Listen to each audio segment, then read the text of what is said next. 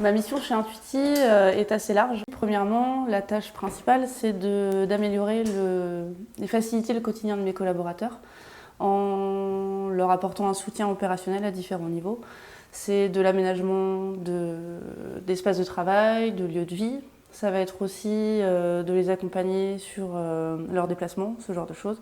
Leur faciliter vraiment le quotidien, veiller à ce que les nouveaux collaborateurs soient bien intégrés, bien reçus. Et surtout de faire écho de nos valeurs qui sont l'humain, l'exploration et l'exigence. Donc globalement, je suis là pour que tout le monde soit bien, impulser des choses à certains moments en fonction d'une situation. Voilà, je dois faire preuve d'initiative pour pouvoir donner une dynamique un peu à tout le monde. Je mets également en place tous les événements internes, que ce soit les événements de team building, les séminaires, les soirées, les apéros. De dire ce soir on va faire un barbecue.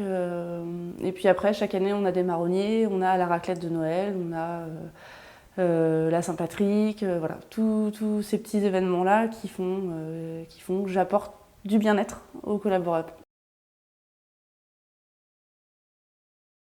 Pour moi, le bien-être, c'est un ensemble, c'est un tout qui donne quelque chose de positif à un ensemble de personnes. Le bonheur, c'est quelque chose de subjectif, c'est quelque chose qu'on va ressentir chacun différemment. Et aujourd'hui, je préfère parler de bien-être au travail que de bonheur au travail. Je suis personne pour dire aux gens d'être heureux et de devoir ressentir les choses comme moi je voudrais qu'elles soient ressenties. Par contre, forcément, le bien-être amène du bonheur et le bonheur procure du bien-être. Donc moi, je suis plutôt partante pour dire que le bien-être au travail est ce que j'essaye de faire au quotidien plutôt que de donner du bonheur. Je suis pas magicienne, donc après c'est à chacun d'interpréter mes actions et de les ressentir comme ils ont envie de les ressentir.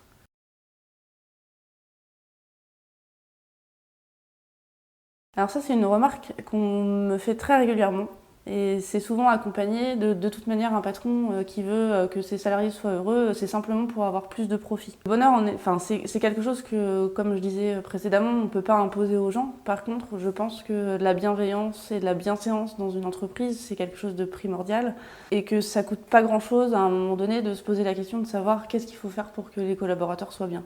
Donc effectivement, le bonheur est personnel. Par contre, la démarche que l'on peut avoir derrière, elle coûte pas d'argent et elle peut donner énormément en fait dans une société, que ce soit sur de la satisfaction personnelle, de la satisfaction collective.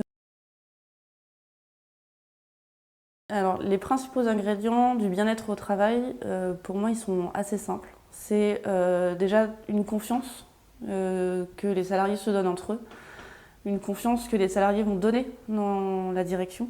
Ce que je disais aussi, c'est de la bienveillance, de la bienséance surtout, de l'écoute et un maximum d'envie. Quand tous ces ingrédients-là sont réunis, déjà je pense qu'on peut aller très loin. Mais par contre, cette notion de bonheur et de bien-être au travail, elle ne fonctionne que si l'ambassadeur premier, c'est le boss.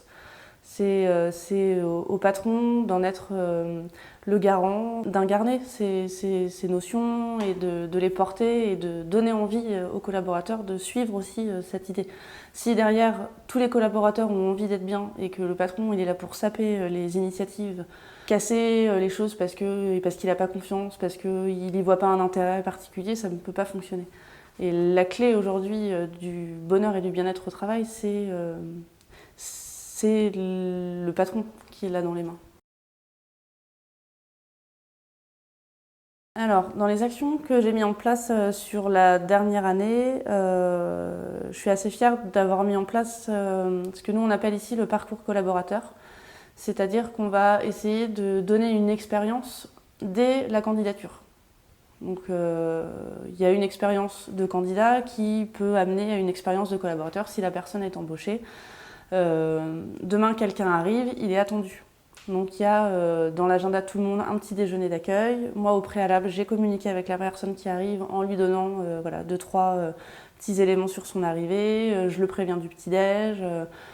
Tous les nouveaux arrivants sont dotés d'un kit d'accueil dans lequel il y a un livret d'accueil avec l'historique de l'agence, un organigramme, nos valeurs.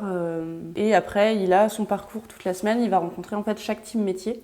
Et il rencontre aussi Vincent le premier jour où Vincent explique un petit peu ce qu'est Intuiti et puis sa vision. de manière à ce que tout le monde soit mis dans le bain directement. Donc, la deuxième chose que j'ai mise en place, c'est que tous les vendredis, on a coutume d'aller manger dans le même restaurant. Depuis des années, on va manger à la pizzeria en haut de la rue. Et, et moi, j'avais tendance avant à tout le temps envoyer des mails. Dès que j'avais quelque chose à dire, j'envoyais des mails. Donc je polluais un peu les boîtes mails de tout le monde à coup de vous n'avez pas rangé votre tasse, bon, mardi, on va faire une pétanque, ce genre de choses. Et j'ai décidé de faire une gazette. Donc tous les vendredis, aux alentours de midi, j'envoie ma gazette. Donc on a fait une cover un peu kitsch. Et puis toutes les semaines, voilà, il y a des points sur les équipes. Un tel arrive lundi, un tel fête son départ mardi. On va aller faire du bubble foot. Voilà, je passe toutes les infos que j'ai besoin de passer sur la com interne sous forme de gazette en fait. Donc si c'est très urgent, je communique autrement. Mais en tout cas, tous les vendredis, il y a ma gazette qui part par mail à l'ensemble de l'agence. Alors, ce serait malhonnête de dire que le bonheur au travail n'est pas un moteur de performance pour l'entreprise, puisqu'on sait tous qu'un salarié heureux est un salarié qui va bien bosser. On passe 40-45 heures sur son lieu de travail toutes les semaines. C'est quand même plus sympa de se dire qu'on est content de se lever le matin et d'aller bosser que d'y aller à reculons avec la boule au ventre. Après, c'est bénéfique en interne, mais ça l'est aussi en externe. C'est-à-dire que je pense que nos clients aujourd'hui, quand ils viennent chez nous, ils ressentent cette notion de bien-être. Et si les salariés sont satisfaits, forcément que les clients derrière, ils vont l'être. Donc oui, il y a une notion de performance, mais surtout de satisfaction. Chez Intuiti, on est très attaché à ce que les choses soient bien faites. Et puis cette notion de bonheur, elle est aussi bénéfique pour l'image de marque que l'on a envie de dégager à l'extérieur. C'est important pour nous aussi de donner envie aux gens de venir travailler ici.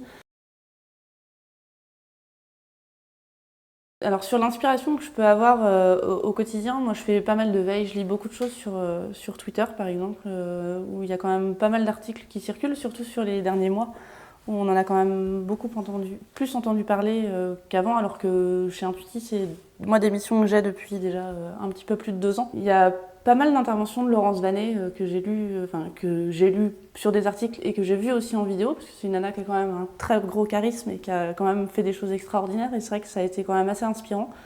Le plus inspirant, ça a été le documentaire de Martin Maisonnier sur le bonheur au travail. Il est quand même allé chercher des témoignages de milieux totalement divers et au final, le message est hyper bien passé.